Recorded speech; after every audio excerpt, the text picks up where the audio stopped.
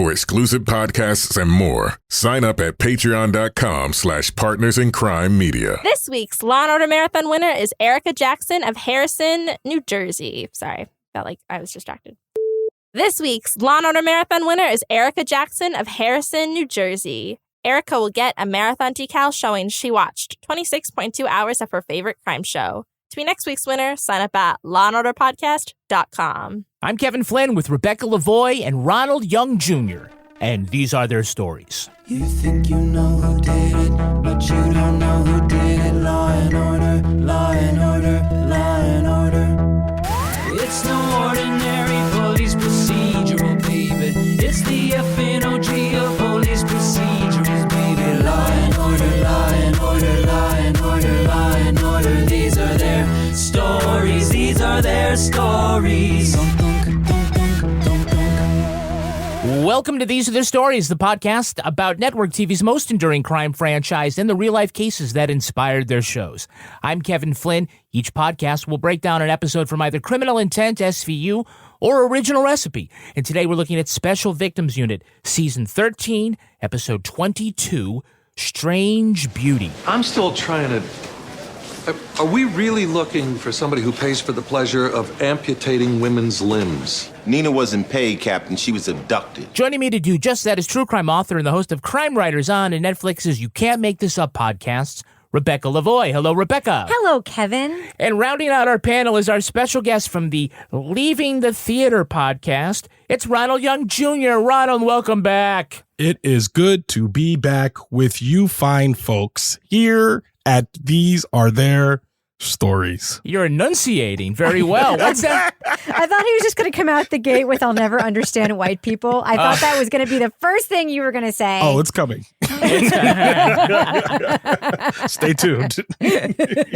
So, Ron, on your podcast, you do hot takes on movies as soon as you walk out of the theater. I'm wondering, which Law and Order actor would you most like to go to the movies with? Ooh, I feel like I always end up saying this, but either Commander Cragen or John Munch, because I feel like both of them would give me the type of analysis that I would enjoy. And I feel like Munch would probably give me more than Commander Cragen. I feel like Commander Cragen would be like, yeah, it was fine. It was a movie. But I feel like John Munch would give me the type of analysis that I would want after walking out of a film. Not anymore. Richard Belzer is looking down at you. Obviously. Smiling. Okay, thank you. You were holding that one, Rebecca. I can see. R.I.P. Wait, no, not exactly, Ronald. Ronald, remind us of all the franchises. Which two cops are your favorite detective team? Favorite Law and Order detective team. Okay, it's always for me, Munch and Tutuola.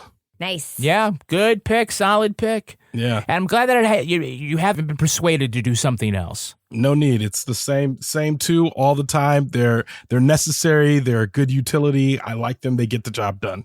And who is your favorite prosecutorial team? Favorite Law and Order district attorney prosecutorial team. Casey Novak. Oh, you're doing the ludicrous impression too, right? Hey, yes, thank you. You remember that's called reference humor. It's a callback. It's a callback. All right, now let's take a look at the first half of this episode. SVU Season 13, Episode 22, Strange Beauty. Stepping out of the bar for some fresh air, Rollins sees a panicked woman shouting for help from the back of a taxi. The medallion number matches the cab stolen in Chelsea yesterday, but the driver's report says he was struck from behind, so he never saw the assailant. The cab turned up about an hour ago, a couple of blocks from the Lincoln Tunnel. CSU's going over it now. And I've got her description into missing persons, but no matches yet. Warner tells Olivia and Amanda that a severed left leg was fished out of the Gowanus Canal. The tattoo on the ankle matches that of Nina, the missing woman. Warner says the leg was healthy when amputated, surgically cut, and traces of an anesthetic called propofol suggest that she was still alive when it was removed. The guy who fished Nina's leg out of the canal says, "Why so surprised? I fished a leg out of the canal 13 years ago." Sure enough, Warner still has that limb in a jar. He was also surgically removed, also with traces of propofol. After getting a DNA hit on the old limb, Amaro and Benson talk to a strung-out sex worker who says a guy paid her $25,000 to let him cut it off. When Nina's body is recovered, they see that her ears were modified to be pointed like an elf. A tattoo artist says he fired a guy named Seth who was doing body modifications. Finn and Amanda find nitrous oxide in his loft, laughing gas that came from the office of a cosmetic dentist, Dr. Jean Brightman. Seth has been dating Jess, the receptionist, and he tells the cops that she's the one who's been doing all the Spock years. Going undercover as body modification fetishists, Rollins and Finn track down Jess doing her work. They notice she, too, is missing her left leg, which she has replaced with a peg leg. All right, I'm going to say, before we get into all this isn't quite ableist, but it is ableist adjacent. Oh, it's ableist. Ableist curious, perhaps. Yeah. I mean, I don't think in a lot of ways they're making fun of people with disabilities, but they are certainly leaning into this sort of weird fetish or psychosis about amputation. So I don't know, right? There is a whole thing about in this episode, and we should just put it out there because like there's a whole thing where the episode makes freaks of people. And like people who do body modification, people who, decide that they, are into this, it makes them freaks, right? So we should just put it out there because I am certain that I will make them freaks at some point in this episode too, only because the writers did, not because I actually feel that way, right? Yeah. But there is a whole thing with this episode that it's like it tries to not be ableist, and by trying to not be ableist, it becomes ableist in the way that SVU sloppily handles so many things, right? Yeah, this is like pretty much on brand for this show. Like, like sitting there watching it. One, I remember a couple things. One, I remember thinking this episode probably wouldn't be able to be made today. And then the other thing is, I'm immediately wondering where this got ripped from the headlines. So I'm very interested. Stand by. They would still make it today, though. This is one that I think they still would make. Oh yeah. I don't know. Yeah. I think they would. Turned my stomach a bit, and I remember actually writing down this is a body horror episode of SVU, and then I said I hate it. Oh my god, I don't like this episode. I can feel it. And when I say I can feel it, I mean like when you saw the amputations, the way they were like showing them, I felt like I could feel the phantom sensation in my own limbs, which are 100% here. So it just was watching it. I was like, oh, I don't know how I feel about this. And I hope that's not ableist. Are we going to be saying that a lot this episode? No. Yeah, I think we can leave it now. All right. Okay. Box checked. All right. Well, we start this episode actually with the most New York thing ever. A guy whose desk is right in front of a giant picture window, and he fails to see a woman grabbed and dragged into a taxi cab, not once looking up from his newspaper. Right. Was that a newspaper or was he looking at his phone? I think today definitely would be looking at his phone. Hey, crosswording or something. Yeah, right? I mean, that candy's not going to crush itself. He made her go outside to make a phone call to call him inside his cubicle, as we find Disrespect. And then the worst part is, as it's happening, I remember, I'm like, I know this is television. I know this. But y'all have got to give me something better than him in his peripheral vision not being able to see a struggle happening just outside the window, than him just looking down at the phone or whatever else was going on. Like, I'm like, come on, man. Like, you can see that girl out there fighting for her life. What's happening here? Man, the Wordle was so tough that day. It's apathy, Ronald. It's called apathy. Yes. New York brand apathy. That's what You're it's right. called. Mind your own business. Meantime, while all this is going on, Nick and Finn are playing pool at a bar, and Amanda rolls in with her captain from her old job in Atlanta. And as soon as the two of them are alone together, the guy makes a pass at her. Immediately. Now, you know I worry about you. I know how squirrely you can get. I'm fine, Papa Bear. Captain, did you forget you're married? Separated. I mean, you can't say we both haven't thought about it. No, you just catch me by surprise right now.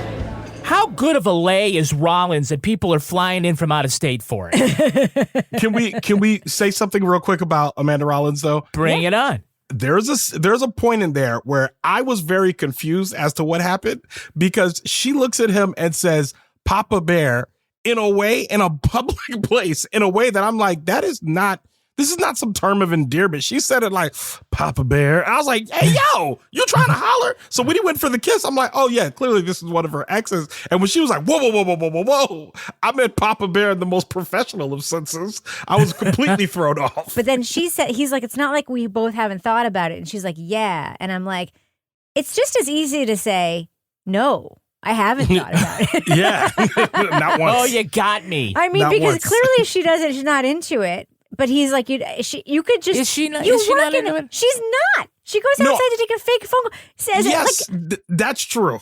you work in the sex crimes unit. You can say, no, I haven't thought about it. You've worked with Mariska Hargitay now for like 74 years. Like, this is something that you should be able to say.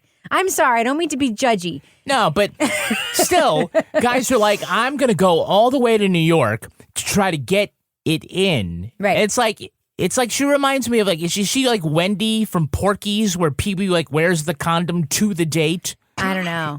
I will say, though, maybe I've it's never her seen powers of Porky's. observation. You never watch Porky's? I've never seen it. But Oh, now great. Now I feel like I missed something. The shower scene, yeah. It doesn't hold up.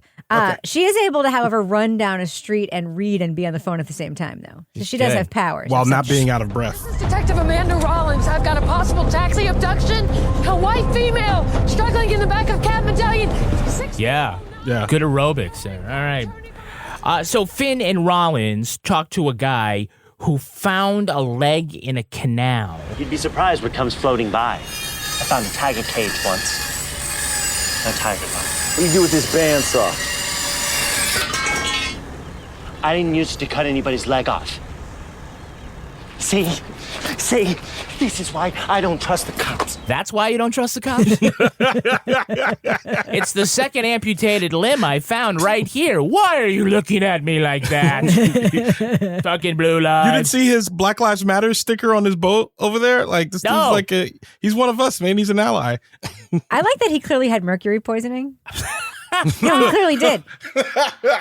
Remember they were saying like you shouldn't fish there because it's like a you know, it's a brownfield site or whatever. Dude clearly had mercury poisoning. He was like the dude from S-Town, 100%. That dude was. Well, Well, we don't know that the dude from S-Town had mercury that was a poisoning. theory, though, right? But it was a strong, Yeah. it was very strongly presented that he had Yes. mercury so if the poisoning. fish are all filled with mercury, I'm surprised he turned the leg in because he might have been able to get some protein for once. Right. No? Oh, All my right. Lord. Right.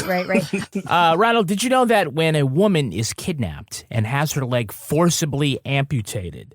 Look at Ronald's face right now. Yeah. He doesn't like it. I don't know where it's going. All right. When a woman is kidnapped and her leg is forcibly amputated, she only has 82% of the same leg cut off as a man does. Okay, so you know what? You started it and you sucked me in again. And this is the second time you got me. Like, nothing will beat the first time you did that joke, but it was a good start. It was a good start. Somebody stepped on my delivery again. She only needs 82% of the amount of anesthesia that a man does. You know what? It has legs. I'll give it to you. You get another point. She's tough. Yeah. Oh, that's funny. It's the Ronald, did you know that always gets So we have a couple of Hey, It's That Guys. Hey, it's that guy. Can you tell me the name of the actor playing Dr. Hal Brighton? To the layperson, it sounds bizarre. But I've seen trauma become sexualized in certain cases. That guy's name is David Inberg. He played bartender turned firefighter Christopher Herman in 11 seasons of Chicago Fire.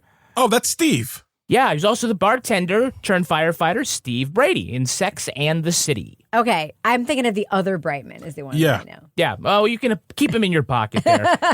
This is the brother who is the psychiatrist, Right. not the dentist. Let's see. Yeah, so Steve Brady, he was Miranda's husband, who she leaves for Shay Diaz, and just like that. Very popular storyline from what I hear. Yeah. I people don't like that storyline at all. Because Yeah. Steve was in it with her for, I mean, he did cheat, but then Miranda cheated. So, okay, this is now a Sex and the City podcast, but still, like, I have notes about that storyline. Jeez. He stuck with her through her run for governor and everything, Yeah, right? yeah. Yeah. Oh, wait, no, you got me. You got me, Rebecca. So David was in the Marines, and he met his wife, his Army wife, at a USO gala. So apparently they still have that. The Andrews sisters were there singing Boogie Woogie Bugle Boy, I guess. I think that's how it works Selling anymore. war bonds, yeah. Deep cut. So when the cast of the movie Sex and the City 2 won the 2010 Razzie Award for Worst Screen Ensemble, he accepted the award on behalf of the entire cast, as just because he's a good sport about it. By the way, Chris Noth did not find it funny. Surprise! Bet he didn't. What a jerk. Did it. Can you now tell me who is playing the role of Dr. Jean Brightman? I know this violates confidentiality, but she was a patient of my brother's for a long time. She was a troubled girl. He was the one who asked me to give her a job to help her out. I don't know his name, but I know where I know him from. Eyebrows McGee. Tell me where you know him from. He's the comedian dude in Mad Men that Don punched in the face. That's where I know him from. Yes. Remember Don had sex with his wife? He was in Mad Men. He was a comedian. He was in commercials, and then Don had an affair with his wife, and then they were at a club, and Don punched him in the face. That's where I know him from. Wait, Don slept with his wife and then punched him in the face? I believe so. Yeah, he was like Jimmy, the Jimmy, what's his face in Mad Men? I don't recall that. That's not where What I know him from. entitlement that Don Draper had on that show. I know. Well, that's Don, man. You know how Yeah. Don Draper is. Well, his name is Patrick Fishler. He was also in the TV remake of The Right Stuff, and he was Smoothie in Chris Maloney's failed comedy Happy. He was also on Lost as Phil, a security officer for the Dharma Initiative. And he had roles in A Friend of the Family, American Crime Story, Twin Peaks, and Once Upon a Time. He was born to be a bad guy. Yeah, or at least Yeah. some sort of creeper. He was born, and his mom like looked at him and his baby face and was like, "Oh, shit." This one's going to be a character actor. This one, I don't know. Lock the cabinets. She's like, let's try again. Try again. Well, I think they did. There is a famous celebrity haunt in Santa Monica called Patrick's Roadhouse. His father owned it and named it after him. It was Arnold Schwarzenegger's favorite place to eat. His mother would show up, and Schwarzenegger's mother would go in the kitchen and start making stuff. All sorts of celebrities would go there. One day, Schwarzenegger was eating breakfast, and the chair he sat in just shattered beneath him. So he commissioned an iron chair which is still in the Roadhouse. Wow. And then he killed Joffrey. We have a Hey, It's That Girl. Hey, it's that girl. Who's the actress playing Jess Hardwick? I don't know, the cute one? The one with the... Listen, I'm not going to be ableist All right. and point out that she has a peg leg, Yeah, Kevin. she's cute. She's cute. The one dressed in the pirate girl outfit? Yes. Sexy Captain Hook? Yeah. Yes. I help people achieve their own perception of beauty. It's a vision of their true selves. That is Brit Lower. She's had series roles in Unforgettable, Man Seeking Woman, but she's getting all the love right now for her role in Severance as Helly, the woman who doesn't want to work in the basement with all of her memory and a non-work life surgically removed from her brain, and she likes Defiant Jazz. Kevin, way to bury the lead. No shit. Way No to bury wonder, the lead. Yeah, no, that makes sense. Yeah. Incredible. Yes, and of course now I see it, and I didn't see it. And that at all. red hair makes quite a bit of difference. It does. She's great. She's great in Severance. Severance, great show. It's supposed to come back soon. I'm ready. Brit left that office and joined the circus, literally.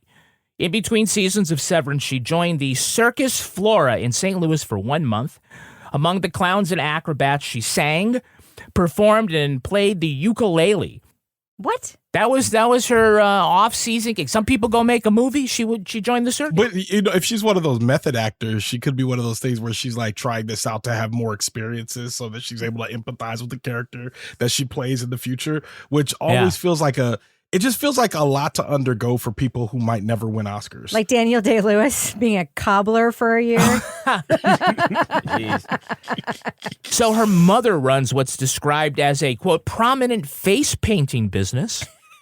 I don't know how one obtains prominence in that field, but Mom runs the zoo crew and can paint up to 35. Oh, she's in the zoo crew? She is. Wait, I think it might be a different zoo crew. Nope, never heard of it. You never heard of it. The zoo crew, they can paint up to 35 intricate tiger faces in 60 minutes, thrilling patrons in central Ohio for more than 10 years. Wow. Mazel Holding tov. it down in Toledo.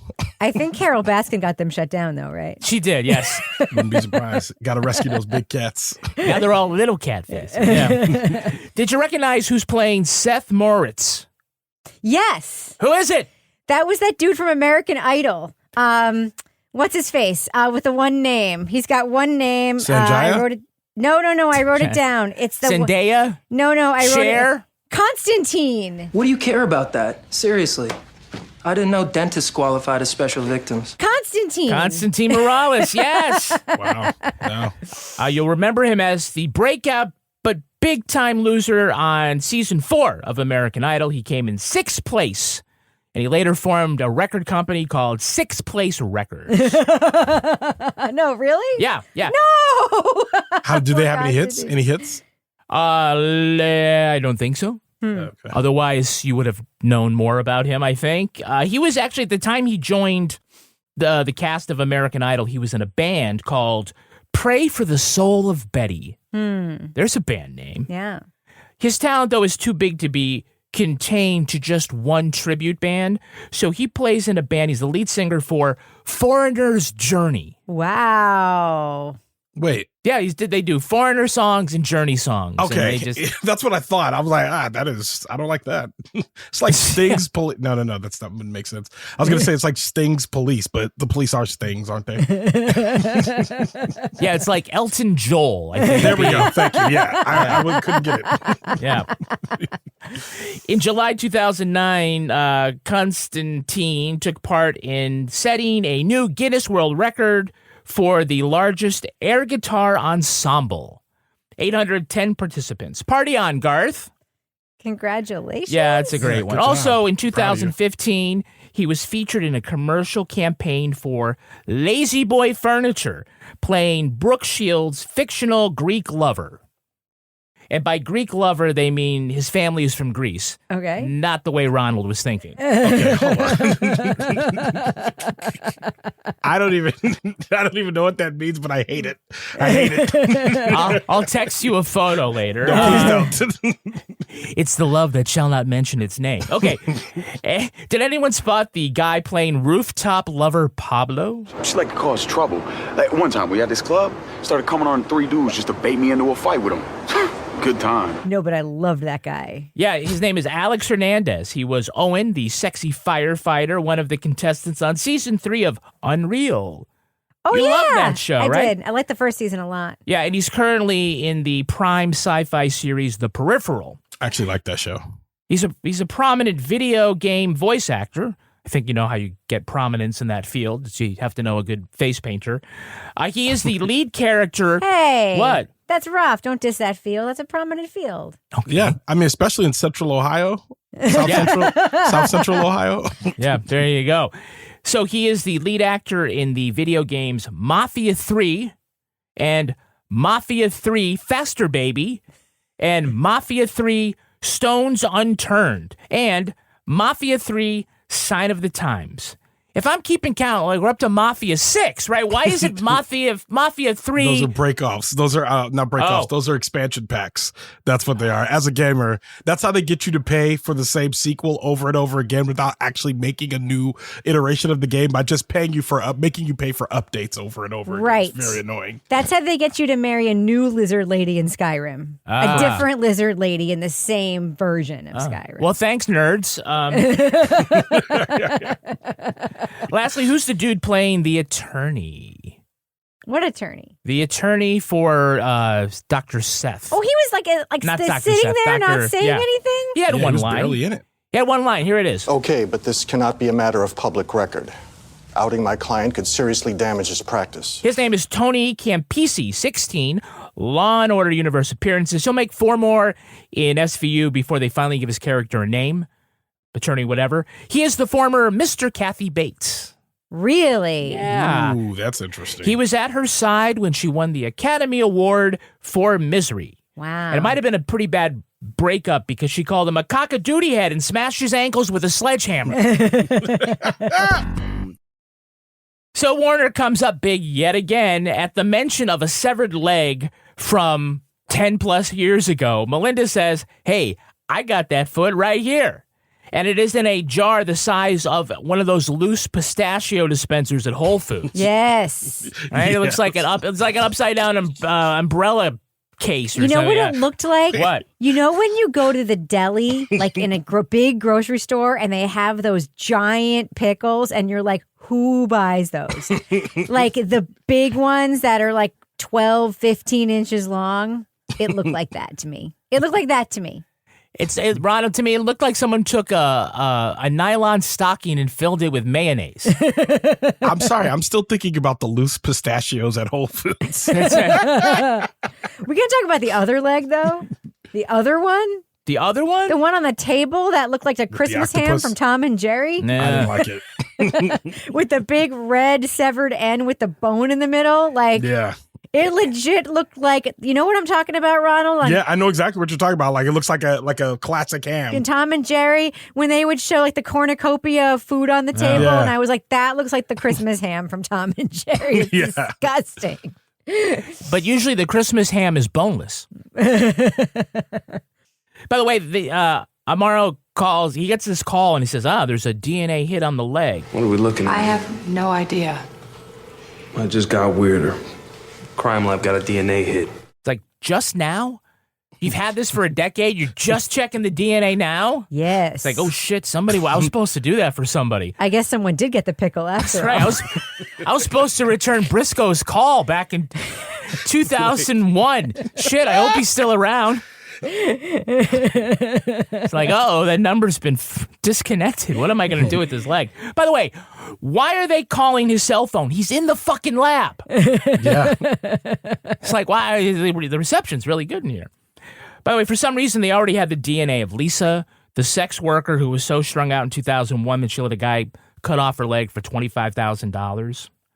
Lisa, by the way, will go down in pop culture history as our second favorite one-legged prostitute next to the French girl that Jack likes to draw in Titanic. Oh. Okay. It's a deep cut, right? It's a very deep cut, yeah. So when they find Nina's body, they discovered that she had her ears modified. It's a record of her journey into body modification.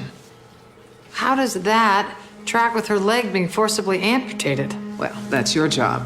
That's your job. Amen, sister. You've been doing all the heavy lifting all these years.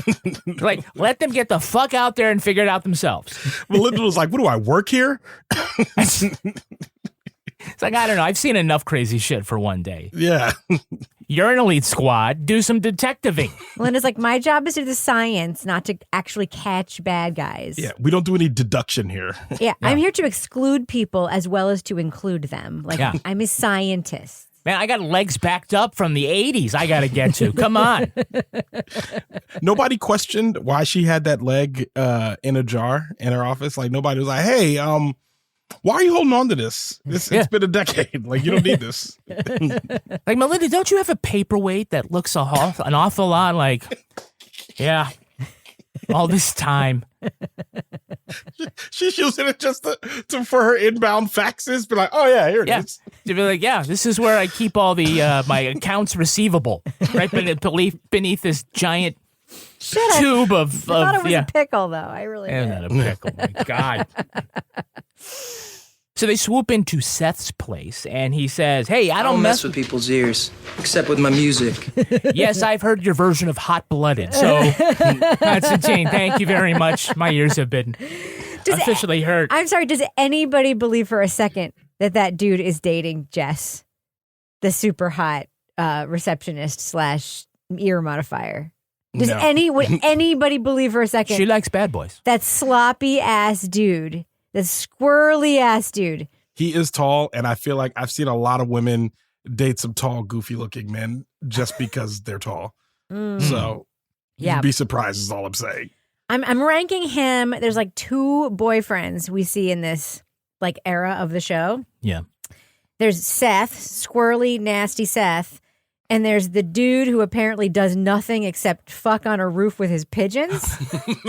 And I'm ranking Seth below the dude who fucks on a roof with his pigeons. I'm just calling it right now. I'm calling it right now. Just imagine the type of prowess that you would need or type of reputation you would need procedure to convince someone to come have sex with you next to a pigeon coop on a roof in New York. That's all I'm saying. Because that shit stinks. You know that is terrible. Yeah. That is the second worst fetish in this episode. So the lead on Jess is that she may be at an event at Coney Island, and I think we should be hearing Stefan from Weekend Update talking about that. It's like, yes. Coney Island's hottest club is Freak Show. This place has everything. Contortionists, fire eaters, men with plastic wings sticking out of their shoulders. There's a box truck in the back where you can get goblin ears from a woman with a peg leg. That's spot on, Kevin. That's spot on. There's also stadium seating. Why is there stadium seating? Why are people sitting on the stadium seating? Well, I think it's Coney Island, so maybe during the day they have normal things. Acrobatics or something like that. That's normal. Also, no one in this club looks like they're having any fun at all. Did you guys notice the grimness? Yeah. There's no fun orgy situation. There's no laughing. There's no dancing. It's just everyone looks grim as fuck. And very dour, I would describe it. Yeah, and they're like, look at that freak. Yeah.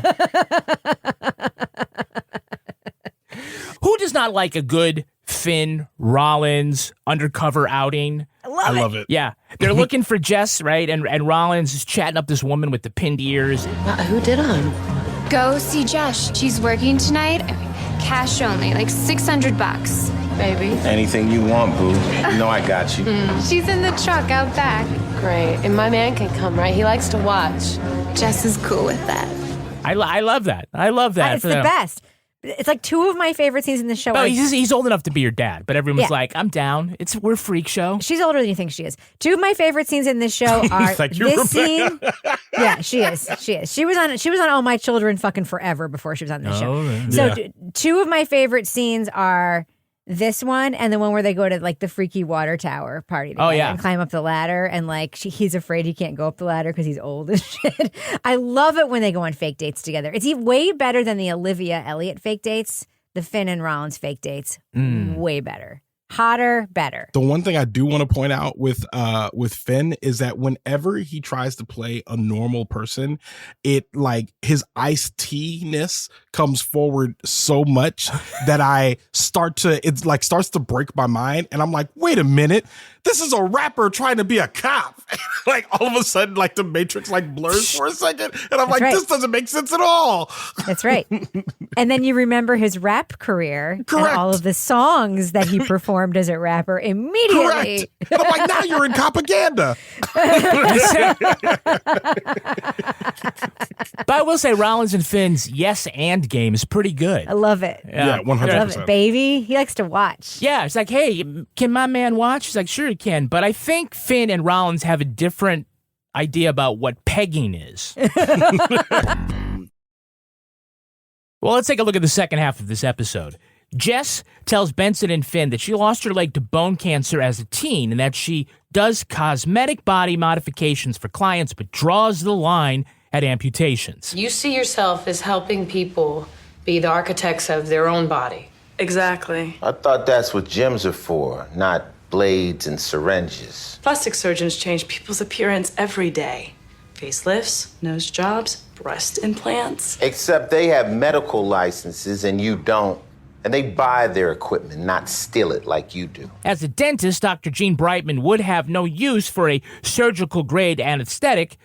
The drug control database says that over the past 5 years, his brother, Dr. Hal Brighton, has placed orders for propofol, but Hal is a psychiatrist who believes that someone stole his prescription pad to use the drug recreationally. Dr. Hal tells Nick and Olivia he knows Jess because she works at his brother's practice, and Gene would have had access to his pad at their late mother's country house.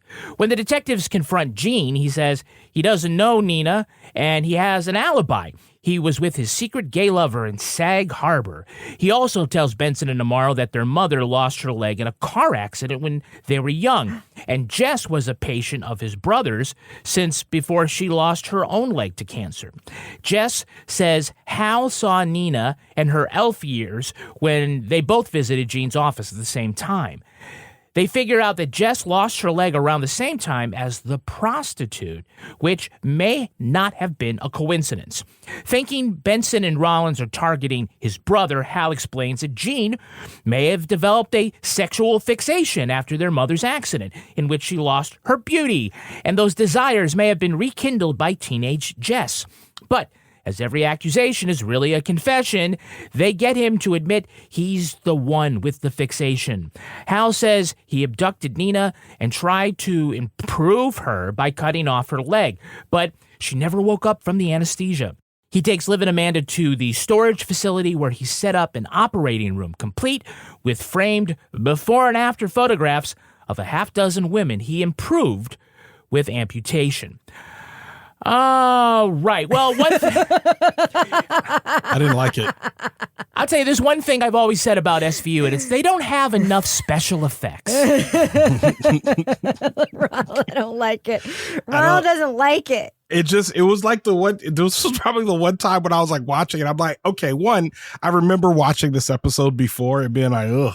And it was completely gone from my memory. I had not thought about it like in years since it had aired until Kevin emailed me and said, hey, you want to hear about this bonkers episode of SVU? And I started watching it and I was like, oh yeah, it's this one. And at that same part where he shows the pictures on the wall, I'm just like, I know this is network television and they're not showing us anything, but I'm just like, my mind is completing the images and being like, ugh, and like having the screams of horror and the blood go everywhere. And the fact that Nina didn't wake up, it was just like, oh, especially with the pictures. And then the cops are in the background. Sorry, I'm monologuing now. The cops are in the background, like standing there. You can see this one black cop just kind of like shaking his head in disgust. And I'm just like, yeah, that's me. That's me right there. I'm like, you sick son of a bitch. This is disgusting. Finn's not the only one who doesn't understand white people. Exactly. Yes, it all came to a head right then. I'll never understand white people. But back to the special effects that they always love to have on SVU. They do a very good job digitally removing the lower part of Brit Lower's leg. Not such a great job removing the shadow. Really? Yeah. On the floor, it's like, oh, is she a 4? By the way, Rebecca, you'll understand why she only got 2.5 stars on WikiFeet, right? Oh, boy, Kevin. Okay. I won't. Cragen wants to know where the propofol came from, so he tells the detectives to check the controlled substance database. The anesthetic is not a controlled substance and wouldn't be on that list. Also, they say Dr. Jean was prescribing OxyContin. After dental surgery, no, he'd be prescribing oxycodone. So again, great job, research. I gotta say, there are so many like old school hangups expressed by people in this episode that seem... What year was this episode made? Like, it wasn't that long ago? It would have been 2012. Right. In this episode, we have a mother who's like, my daughter got tattoos and piercings. I don't even know her anymore. And then we have a dentist who's like, don't tell anyone I'm gay. And then we have Cragen who's like, what kind of freak would want to be with somebody with one leg? And I'm like, what the fuck is the matter with everyone in this episode? This is not 1840. I do not understand. Like, it's called dramatic tension. a lot of hangups. A lot of hangups that I just seem a little discordant with the times. And even especially when Warner at one point points out that like kindergarten teachers have tattoos. Everyone calm the fuck down. Yeah. When she said that, it kind of put it into perspective. But when they started going down, she started talking about, but she kind of like has a hang up too, because she starts talking about gauges. And I'm like, well, gauges are pretty standard now. Like, I see gauges a lot, like more often now than I did then. Kindergarten but I feel teachers have them. Yeah. But if that's what I'm saying, if this were made in 2023, she would have been like, kindergarten teachers have tattoos and gauges now. Because I'm like, I've seen gauges on like everyone like now. That's true. Although you have to understand, I know you're a lot younger than we are, Ronald. When we were growing up, our parents literally told us we would be unemployable if we got a tattoo anywhere. That was a thing. Well, there was that one. How are they going to see it? Take your shirt off, sir. If you want to work here at Smith & Wesson or whatever, you're going to take your shirt off so we can get a good look at Hewlett-Packard. Yeah, Hewlett-Packard. I was in the Navy. I'm a veteran, like Popeye. By the way, there was one incredible clue as to who the killer was that everybody missed. I didn't miss it. In Dr. Hal's office, he had Venus de Milo. I didn't miss it. Wow. I didn't miss it. I also didn't miss the fact that he could not look them in the eye during the first interview of his with the police. Did you notice that? Yeah. Couldn't look him in the eye. Y'all got to explain Venus de Milo to me. What's that? It's the statue of the woman with no arms. Oh, with the no legs. Okay. Yes. Okay, I get it. Yes. If you find it plausible that a box truck can be fully equipped with lights, a procedure chair, and sterilized equipment so people can make goblin ears, you'll have no problem with Dr. Hal's exam room of horrors inside a storage locker. Right. None of them felt any pain. I kept them under while they were here. You took every precaution. See that? Didn't want them to suffer. This is a recurring theme. When you need a Batcave to do your evil stuff, apparently just get a storage locker in New York because they have all the accoutrements you need to kidnap women or perform odd surgeries on them. Where are they getting power from? Like, where are they getting? I don't know. I've been in one of those. They don't run power to those things. I don't know. There's usually shipping containers, right? Yeah. Like shipping container style ones. And there is that one horrible one where they find that woman in the drawer. Remember that one? Yeah. Like they're creepy as fuck. And these guys really trick them out. This one was very clean and white. Well, it was sterile. It's the sterile environment. If you're going to do surgery, you got to. Yeah. It had this very HGTV quote, light and bright, kind of situation. Yeah. Well, he had on the wall framed, poster-sized, before and after photos of all the women whose legs he's amputated. Yes. And all the afters are taken high above, from a bed looking down, which, by the way, there's no bed in that thing. Where was that? Yeah. But he has these beautiful models, perfectly clean sheets. Yes. Yeah. All looking happy. Lingerie. Yeah. Lingerie, all white, all perfect. They definitely look like before and after models. It's like, I lost 18 pounds. Ask me how. That is dark. But they're also healed. So I'm you got them to come back? Oh, yeah. They wanted it. They didn't like that. You got them to come back a year later and take this glamour shot at the mall? How do you get them to do that? You put the camera back on that black cop because I'm shaking my head right now. It was just mystifying to me at that point. One thing that's really great is that Dr. Hal does tell Amanda and Olivia that they're boring. I can look at women and know how beautiful and powerful they can be. Like you two. You think you're special? You're boring. But you could be so much more. He's not 100% wrong when it comes to Amanda Rollins. And she's boring. He's not 100% wrong. I don't know. Apparently she's got a magic box that everybody wants to get into. Fly from Atlanta. Yeah. To get into. Yeah, but I will say the sort of your basic speech. Yeah. Look, Amanda doesn't need to have a leg amputated. She needs to have a second vagina installed. Because apparently she's just getting so much. Where would they install it, Kevin? Well, it's either under those bangs. It's either you either got to put it side by side or one on top of the other. Yeah. So I don't. Well, what do you think? In her storage container. This has become that what's that movie? Crimes of the Future. This has become about crimes of the future. This is the body modification has gone too far. Yeah, if ever we needed a good, that's messed up. Yeah, it would have been this episode. It was this one. Yeah. By the way, you're looking at all those photos. You got to wonder how many legs are in that canal. Well, let's take a look at the real-life story that inspired this episode. It's time for a Rip from the Headlines. You think you know who did it. You think you know who did it. But you don't know who did it. You don't know who did it. Rip from the Headlines. This episode takes some cues from the real-life story of Doctor John Ronald Brown. After 2 decades as a general practitioner, Brown studied to be a plastic surgeon, but failed the oral exam. In the 1970s, he set up a clinic in San Francisco and performed hundreds of gender-affirming surgeries, far more than most hospitals did at the time. Brown would operate in his office, in motel rooms, and even in his garage. Many of his transgender patients complained about the outcome, developed serious infections, and he earned the nickname Butcher Brown in the trans community.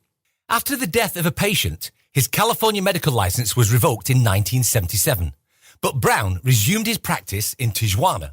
In 1998, he amputated the leg of Philip Bondi, a 79-year-old man who suffered from body integrity identity disorder. Brown failed to properly close the stump and gangrene set in. Bondi was discovered the next day dead in a California hotel room. A search of Brown's home turned up bloody towels, surgical instruments, and videotapes of his operations. Prosecutors charged him with second-degree murder, and he was sentenced to 15 years to life in prison. In 2010, John Ronald Brown contracted the antibiotic-resistant strain of pneumonia and died aged 87. All right, let's note that in the U.S. there are currently more than 2 million people living with limb loss. The majority lose a limb because of vascular disease like diabetes. The next leading cause is trauma. We have a lot of war veterans. But this is a far way off from removing a healthy limb. Yes. So let's get into this. Videotaping your illegal medical procedures is not a good idea. No. What? All right. Do we need to unpack that? No, we don't. We don't. Brown had a way to help patients who couldn't afford his surgeries because it cost what? The surgeries cost what? What? They cost what? Oh my God. No, we're not doing that. No, don't do it. No? Don't do it, No, Rebecca. Don't give it to him. What did they cost? Think about Rebecca, it. don't do it. No, don't do it. Oh. No, They go ahead, cost $2,500 for it. Wait, no. Now I want her to know because I feel like now she missed it. I missed it. Cost an arm and a leg. Yeah, come on. Jesus. That was great watching Rebecca's face with anticipation, like, cost what? What? I didn't understand The gears were turning. I'm They were sorry. turning. You teed it up and I did not get it. I'm No. sorry. I didn't want to choked. give it to him. You did. choked. I He did. was so pleased. So Dr. Brown, for gender reassignment, he had 2-for-1 specials. Oh, no. Shut the fuck up. Yeah, bring a friend. No. Yep. No. Yeah. Now here's the problem. Though. That's kind of progressive, though, isn't it? No, it's progressive if the person is good and like all above board and great, and you're just making it cheaper, and the healthcare system is actually getting better. That is not this. That is not what this is. Yeah. If you're doing it in a motel room with Yeah. shitty cleanliness. And one of the things, though, is that his surgery was really, really bad. It wasn't just like he was doing what at the time they called a sex change. It wasn't like just that he was removing a penis and doing a vaginoplasty. He was just, they would say, cutting people like Ken dolls. They would just slice off, and that the incisions weren't straight and they were sutured wrong, and people were getting infected. This is why he lost his medical license. So he's like Dr. Death. Yeah, but it's like the state of transgender medicine in the 1970s, right? There were only a few hospitals that would do it. But you also had to go, there were like, before that, very stringent mental health screenings. And so a lot of people could not get it. So it was the dilemma for many patients. They either be denied care from a world-class surgeon to live your true life, or go to Mexico and get a rough penile amputation from an unlicensed surgeon. Not good choices. This is my least enjoyable episode of These Are Their Stories by far. This is so graphic, and I feel it when you talk about it. I feel it as if it's happening to me. I don't know why. It's just a thing. Like, Dr. Brown had another way for people to afford their surgeries. He would let the patients work as unlicensed medical assistants to barter for the surgical costs. Come on, man. So again, this is one of those things where in a perfect world, Yeah.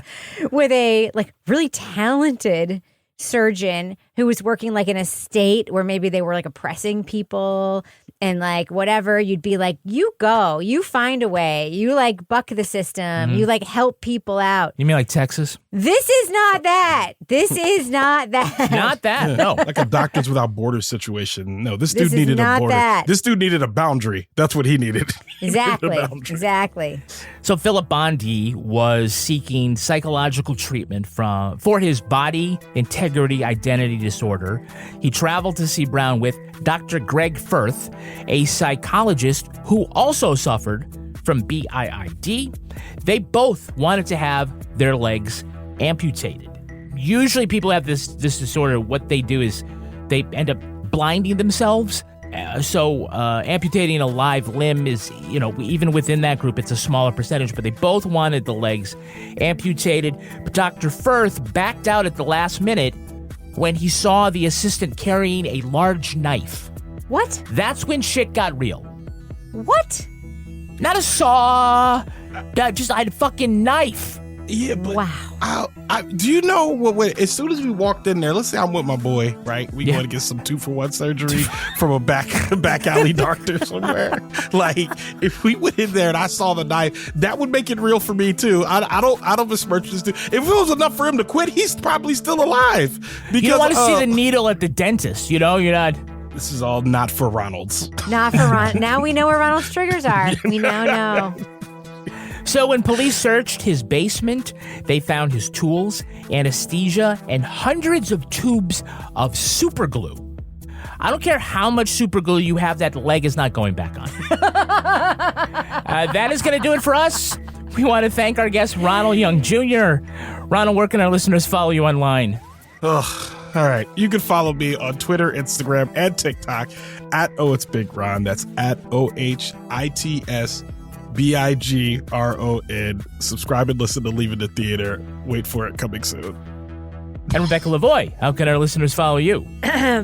At Reb Lavoie. And you can forget me. You can also tweet to us at Law & Order Pod or follow us on Instagram at These Are Their Stories Podcast. Our newsreader was Cy Frater. Our theme music was composed and performed by Uncanny Valleys. Content assistance from Travis Roy. Lily Flynn handles promotions. All clips in this podcast were used in compliance with the U.S. Copyrights Act fair use exemption for criticism and commentary. Go to lawandorderpodcast.com and sign up for our newsletter for a chance to be our next Law & Order Marathon winner. These Are Their Stories was recorded in the Treehouse Yoga Studio above the Mockingbird Cafe in Bay St. Louis, Mississippi studio, and is a production of Partners in Crime Media.